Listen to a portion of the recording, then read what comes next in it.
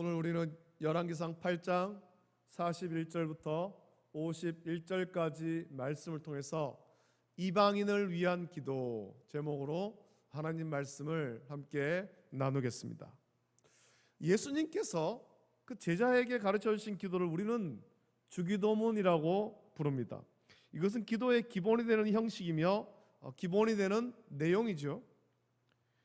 그런데 이 주기도문 외에 예수님께서 우리 기도가 어떤 기도가 되어야 되는지를 가르쳐 주신 일이 있는데 마태복음 6장에 그것이 기록되어 있습니다. 그 말씀 보면 당시 유대인은 바리새인이 기도를 참 잘한다라고 생각했는데 예수님께서는 바리새인의 기도에서 무엇이 잘못되었는지를 말씀하시면서 우리가 기도를 어떻게 해야 되는지를 말씀하셨습니다. 그래서 마태복음 6장 31절부터 33절에 그 결론에서 말씀하시기를 그러므로 염려하여 이르기를 무엇을 먹을까 무엇을 마실까 무엇을 입을까 하지 말라 이는 다 이방인들이 구하는 것이라 너희 하늘 아버지께서 이 모든 것이 너희에게 있어야 할 줄을 아시느니라. 그런즉 너희는 먼저 그의 나라와 그의 의를 구하라. 그리하면 이 모든 것을 너희에게 더하시리라 라고 예수님께서 가르쳐 주셨습니다. 예수님은 우리 기도가 이방인처럼 그냥 내 삶의 어떤 문제, 육체의 욕망을 간구하는 것이 아니라고 말씀하셨죠. 그것은 이방인이라 하는 것이다 라고 말씀하시면서 우리 기도는 하나님의 나라와 하나님의 의를 구하는 기도가 되어야 함을 가르쳐 주신 것입니다. 우리 기도는 그런 기도가 되어야 되는 거죠. 우리 기도의 모든 내용이 하나님의 나라와 하나님의 의를 구하는 기도가 되어야 되는 것입니다. 자, 그렇다면 하나님의 나라와 하나님의 의를 구하는 것은 어떤 기도겠습니까? 예수님께서 제자에게 가르쳐 주신 기도에도 보면 뜻이 하늘에서 이루어진 것 같이 땅에서도 이루어지이다 라고 가르쳐 주셨습니다. 이것을 볼 때 우리의 기도는 그냥 내 아픈 몸을 좀 고쳐주십시오, 내게 건강을 좀 주십시오, 내게 재물회복을 좀 주시고 내 사업이 좀 잘되게, 내 자녀가 잘되게 해달라, 그런 기도를 하는 것이 아니라 하나님의 뜻을 구하는 기도가 되어야 되는 것입니다. 하나님의 뜻이 이루어지기를 간구하는 기도가 되어야 되는 거죠. 그래서 우리는 항상 하나님의 뜻이 무엇인가 그것을 묵상하는 데 힘을 쏟아야 됩니다. 예배를 드리고 내 삶을 살아가면서 과연 하나님의 뜻이 무엇일까 그것을 묵상하는 데 우리는 힘을 쏟아야 되죠. 여러분, 그래서 우리는 항상 하나님의 뜻을 묵상하고 기도해야 됩니다. 그렇다면 하나님의 뜻은 무엇이겠습니까? 우리는 오늘 솔로몬의 기도 중에 이방인을 위한 기도를 묵상하면서 그것을 좀 살펴보려고 합니다. 과연 하나님의 뜻은 무엇일까라는 거죠.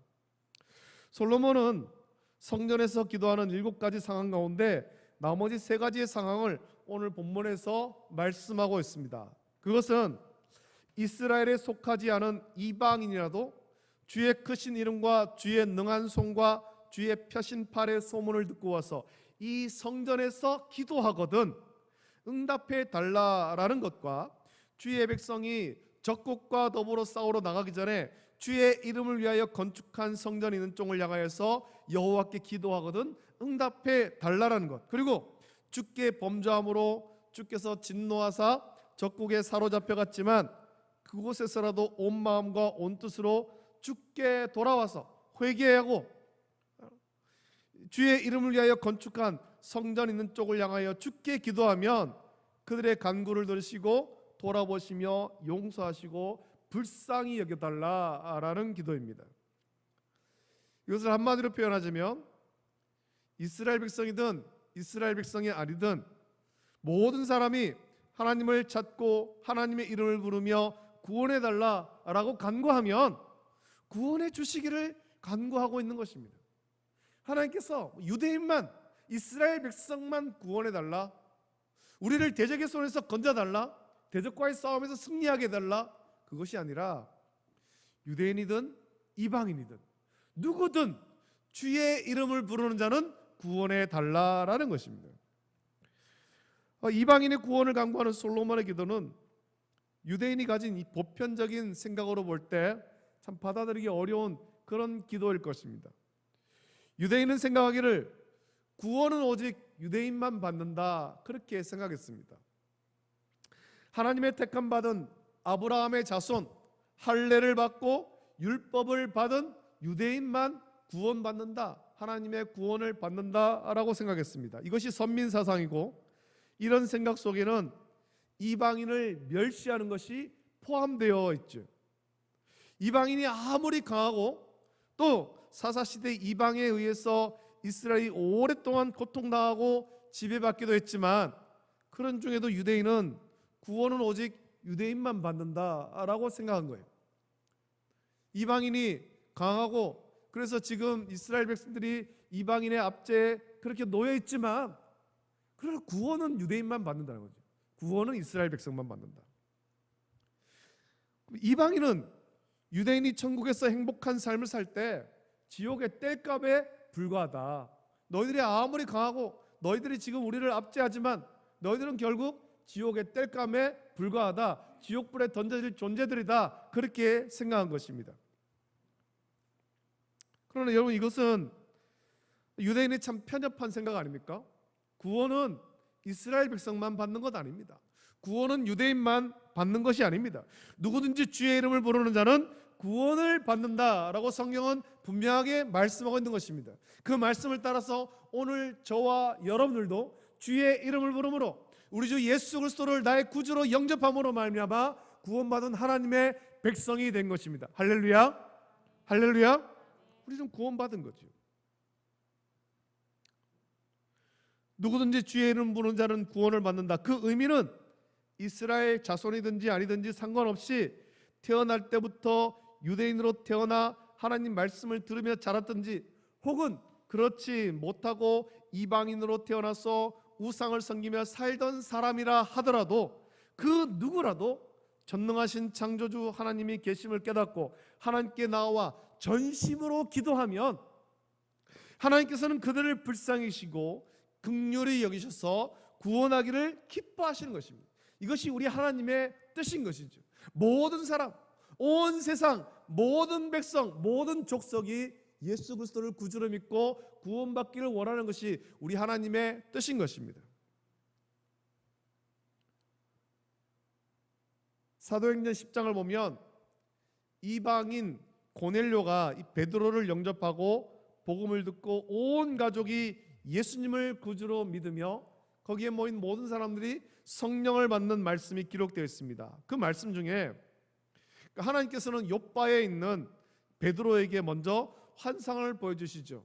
하늘에서 보자기 같은 것이 내려오는데 그 안에 온갖 부정한 짐승이 있었습니다.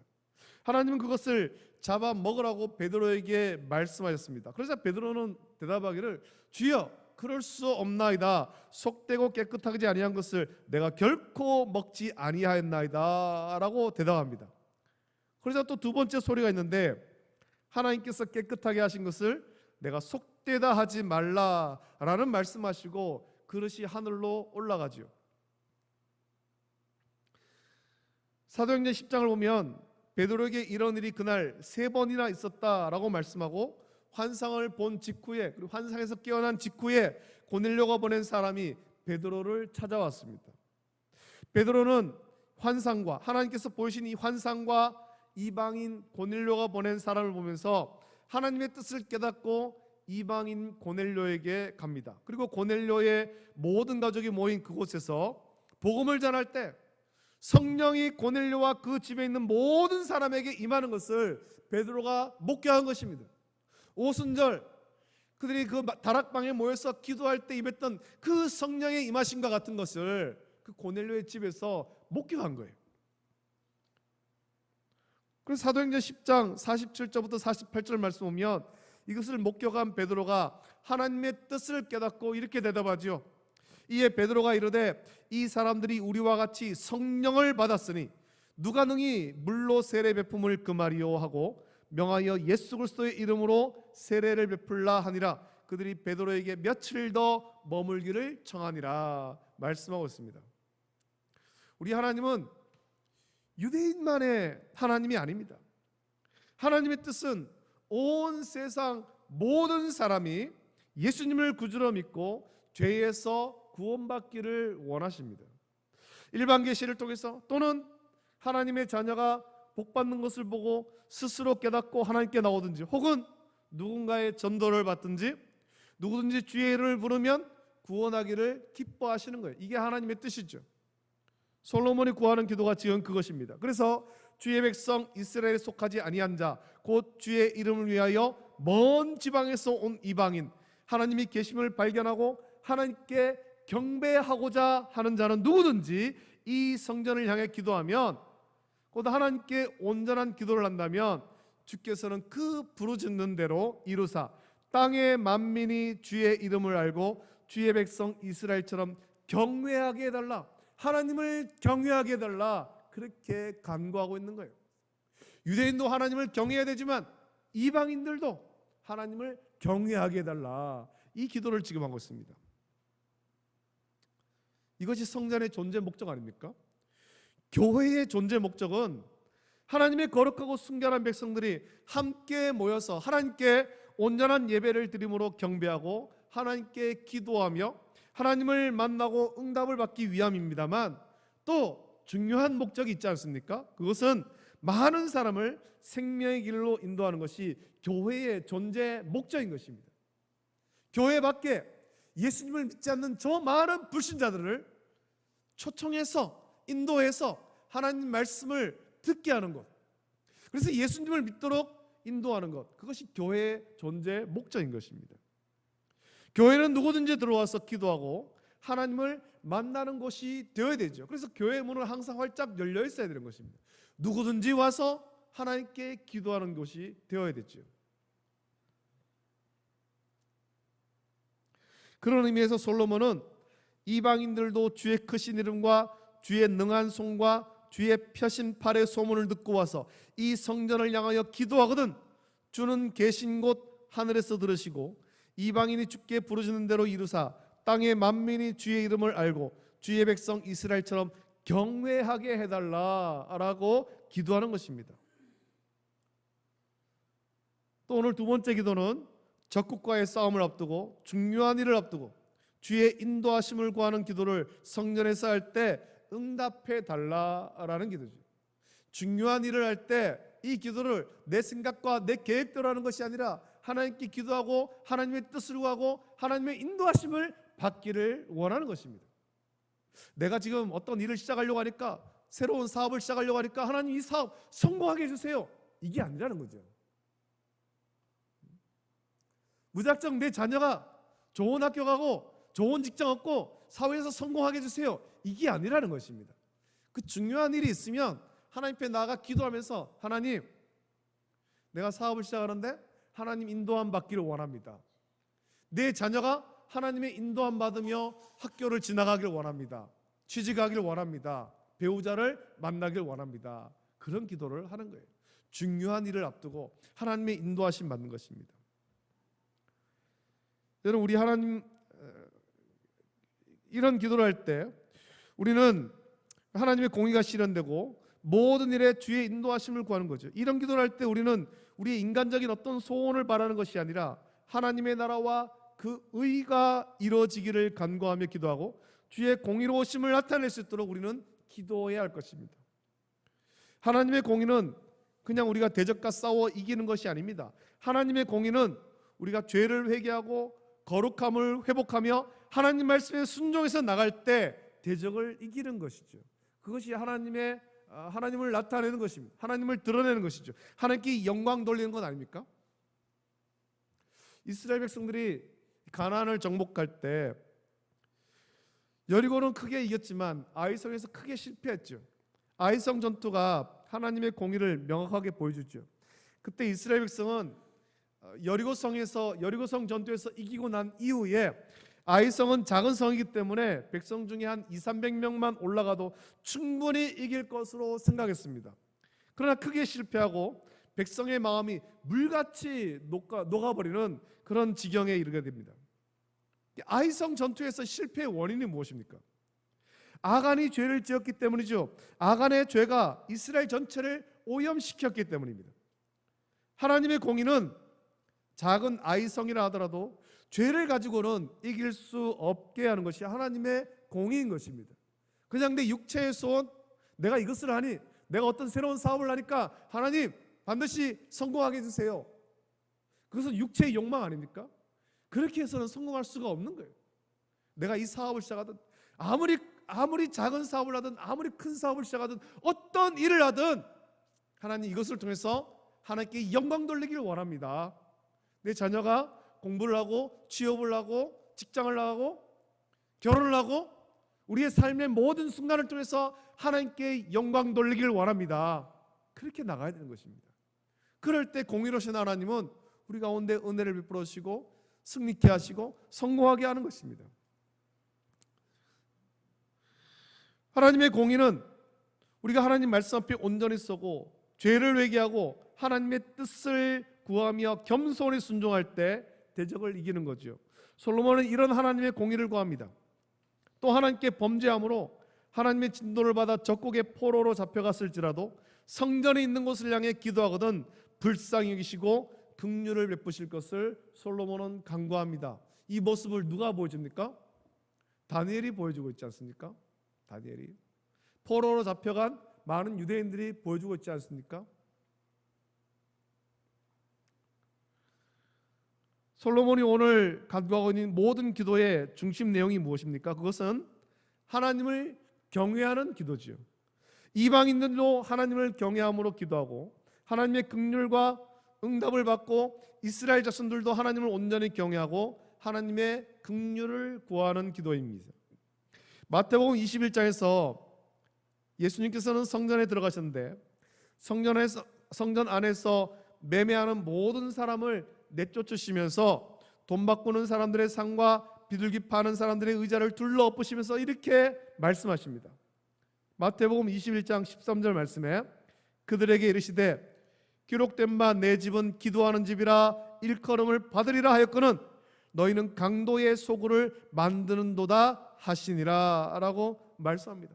만민이 기도하는 집, 유대인이든 이방인이든 누구든 주의 이름을 부르는 자들이 모여서 기도하는 곳, 이곳이 성전인 거죠. 이 성전은 기도하는 집, 모든 사람이 누구든지 주 앞에 나와서 기도하고 하나님을 경외하는 곳이 성전입니다. 그런 의미에서 오늘날 교회는 누구든지 와서 기도하는 곳이 되어야 됩니다. 하나님을 경외함으로 기도하는 곳이 되어야 되는 것입니다. 예배당의 문턱을 낮추고 항상 열어놓아서 누구든지 하나님을 경외함으로 하나님을 찾고 기도하고자 하는 사람은 언제든지 와서 기도하고 하나님을 만나는 곳이 되어야 합니다. 여러분, 솔로몬은 성전만 지어놓고 끝나는 것이 아니었습니다. 화려하게 성전을 지어놨으니 내 할 일 끝났다, 그게 아니었다는 것입니다. 그 성전에서 하나님을 경외하고 그렇게 예배드리고 기도함으로 하나님의 이름이 온 천하에 높여지기를 기도하는 것입니다. 온 천하, 유대인만 아니라 모든 사람이, 만민이 주님을 경외하기를 간구하고 있는 것입니다. 오늘 우리의 기도도 그와 같이 되기를 원하고 우리 교회가 누구든지 주의 이름 부르는 자들이 와서 기도하는 곳이 되기를 원하며 또 우리 교회와 성도들은 주를 경외함으로 주의 이름을 높이며 영광 돌리는 삶을 살아가기를 예수님의 이름으로 축복합니다. 아멘. 기도하겠습니다. 좋으신 아버지 하나님, 은혜를 감사함을 드립니다. 주일을 3일간 은혜로 인도하시고 평안으로 채워주시며 오늘 또 주의 전에 모여서 예배드리며 하나님 말씀 받게 하심을 감사함을 드립니다. 우리에게 주신 말씀을 묵상합니다. 내 집은 만민이 기도하는 집이다. 예수님 말씀하셨습니다. 누구든지 주의 이름 부르는 자는 구원을 받는다라고 말씀하셨습니다. 유대인이든 이방인이든 다 주의 전에 모여서 주의 이름을 높이며 하나님을 경외하며 하나님의 공의를 나타내고 하나님께 영광 돌리는 그런 우리 교회가 될 수 있도록 은혜를 베풀어 주시옵소서. 우리가 또한 우리끼리만 모여서 예배드린 것이 아니라 주의 복음을 널리 증거하여서 이 땅에 주를 믿지 않는 많은 사람들을 인도하고 초청하여서 그들도 살아계신 하나님 만나고 하나님을 경외하도록 주의 이름을 부르며 구원받는 백성 될 수 있도록 초청하는 그리고 모든 성도 될 수 있도록 복 내려 주시옵소서. 거룩하신 예수님의 이름으로 감사하며 기도드리옵나이다. 아멘.